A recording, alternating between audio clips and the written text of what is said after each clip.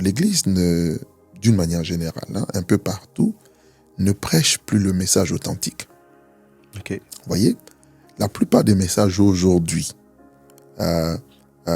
qui sont prêchés ne sont pas conformes véritablement au message que les apôtres ont prêché. Parce que là, je vous ai donné l'exemple de Acte 2.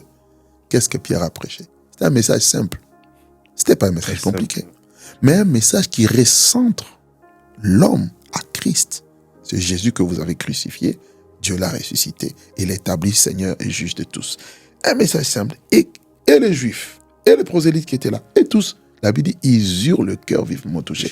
C'est le Saint-Esprit qui a touché leur cœur. Mais le Saint-Esprit ne peut opérer que lorsque la parole de vérité est prêchée. Amen. Mais si on commence à faire du développement personnel, permettez-moi de le dire, si le message aujourd'hui, c'est comme mettre la pommade sur les gens, comment voulez-vous que les gens sortent de leur péché?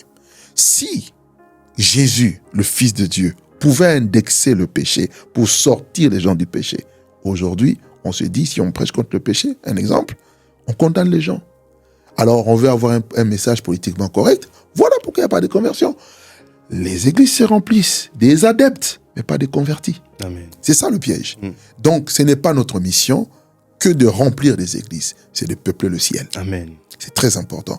Donc, je crois qu'il est important que nous revenions à l'essentiel.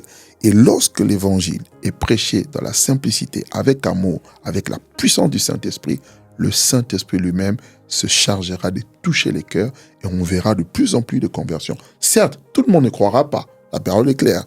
Il y a des gens qui croiront, d'autres ne croiront pas. Cependant, ceux qui sont destinés à croire, ils croiront parce que le message authentique a été apporté. Amen.